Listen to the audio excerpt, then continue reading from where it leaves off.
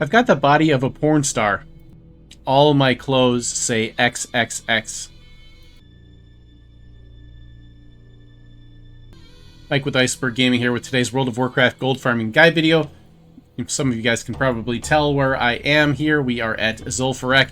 This is not one of my favorite farms, but it is undeniably one of the best transmog dungeons in the game. So the location of this dungeon is on Kalimdor in Tanaris, right here at zul'farrak. Now the easiest way to get here is to take the portal to the Caverns of Time from Stormwind or Orgrimmar. Now I'm going to go over the route that I take for this dungeon and some approximate results that you can expect, but first let's do a word from today's sponsor. As I am super excited to announce the first official partner of Iceberg Gaming, Jerky Pro. If you love beef jerky, try Jerky Pro. Link in the description. They've got tons of delicious flavors, including my surprise favorite, apple cinnamon. That's good stuff. As a special thank you to all you guys for all the support, I've got 5% off with the code ICEBERG, all lowercase, at checkout. Or just use the link in the description and your discount will be applied automatically. Jerky Pro is a low-fat, high-protein snack great for gamers. It's USDA and FDA approved, certified organic and made in the USA. Jerky Pro, the go-to snack choice for athletes and pro gamers alike. Now that that's out of the way, I'm going to show you guys the route that I take. So, for this dungeon, there are a couple of problems. You can pull most of the mobs in the instance at a time, but you just have to be careful. Sometimes some of them can reset and run away, so this is why I like to do this in chunks. So the first chunk, we're going to grab these first three groups here, right before the little hallway, and then we'll grab the one in the hallway. And then we take a right here at the end of the hallway, grab these couple guys and this basilisk, and then we're going to tuck in back here and wait for the mob of mobs to come catch up. And we're going to go ahead and AoE him down real quick, and we'll keep it moving. There's a nice minor transmog to start out this run. Then we kill that group there, and then pop into travel form, and we go for our next chunk. So then we're going around the little statue here, grabbing up all these guys. Make sure you get them all. The more kills, the more chances for good loot. Now you want to go to the right first on this one because otherwise you'll be zigzagging back and forth a lot. So go to the right and then, or I'm sorry, go to the left and then go to the right. And then you can come down and get these two single ladies in your neighborhood. Then back over to this group. Don't forget this one here. And then go around the fountain here. Now this patrol, if it's over in this area, grab it. Otherwise we can get it on our way out later. But since I stood there talking, we'll go ahead and grab it now since it walked over to us. Now I used to stop here and AoE these groups down, but it seems to be safe to keep pulling. So we're going to keep going. Grab this single lady. All the single ladies. All the single ladies. Make sure we get this group. Grab this group at the bonfire, and then the one behind the house. And then on over here, we can grab this basilisk along the way. Make sure we get the one in the house and outside the house. They don't pull together, unfortunately. And then we are coming to this last group, and then we're tucking back here into this corner, and we're going to wait for them to catch up. Come on, everyone, pile in. All right, there we go.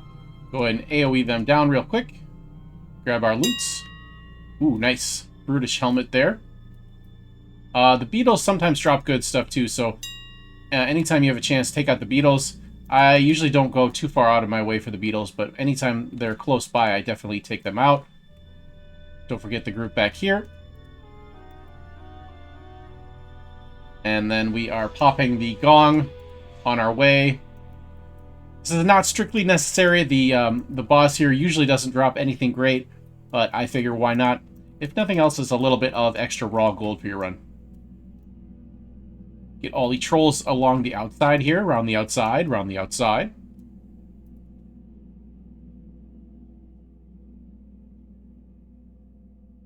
Sometimes I just use my travel form auto attack to kill things.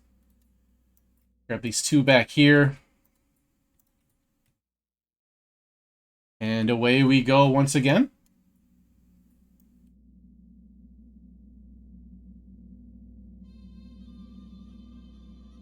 Now this patrol can be a little bit annoying. It kind of doesn't follow a nice path for our path. So we gotta go... Oh, I missed a guy too.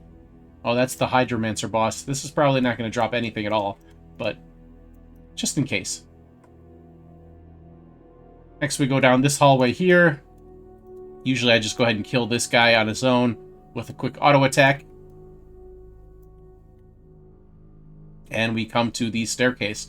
Generally, I don't waste my time going up the staircase. I'm just going to grab these trolls here.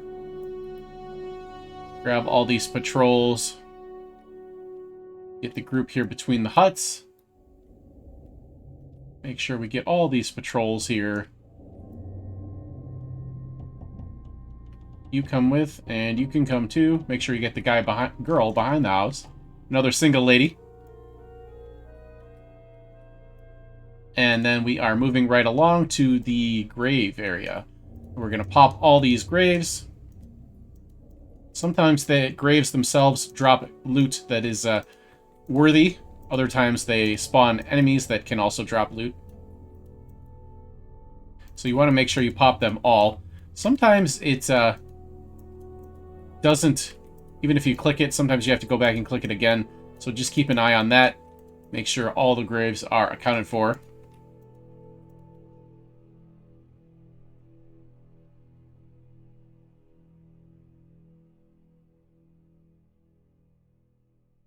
So yeah, this one didn't despawn, so we'll go ahead and click it again.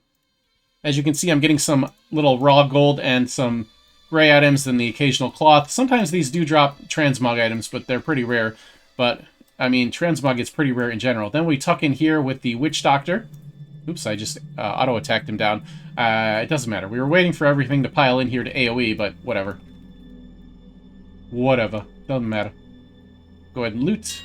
Don't forget this chest in here. Magnificent Belt is a minor transmog item, so let's move that over to our transmog area of our inventory. So this instance drops a lot of patterns too, so this is a great one for patterns. Now moving right along into the Scarab area. We're going to take a quick little right here and kill this little group. And move along. Move along. And we're going to AoE down these scarabs.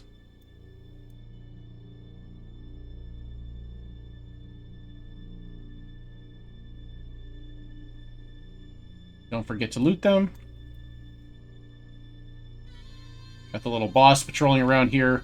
Usually he just drops vendorable blues, but you never know, you might get lucky.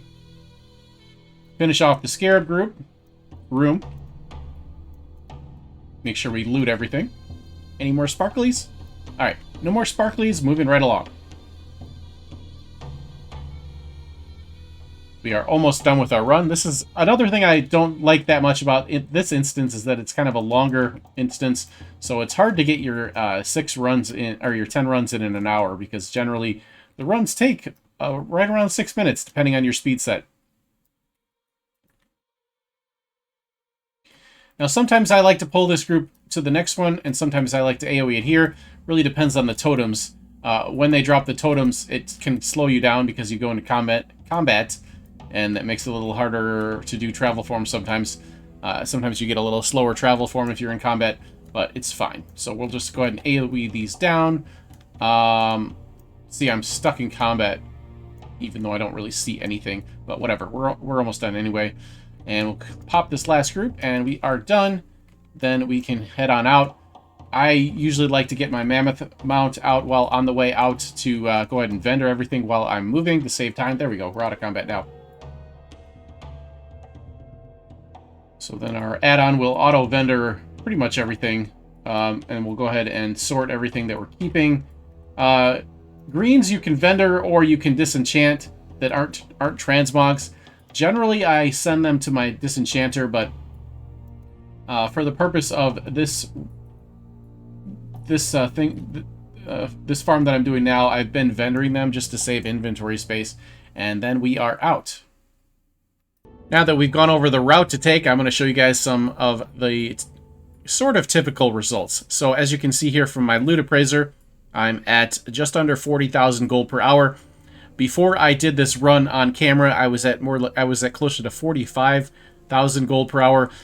It took me a little bit longer to do that route because I was talking and showing you guys it and wasn't focused as well. And also, we had a little bit of bad luck on that run.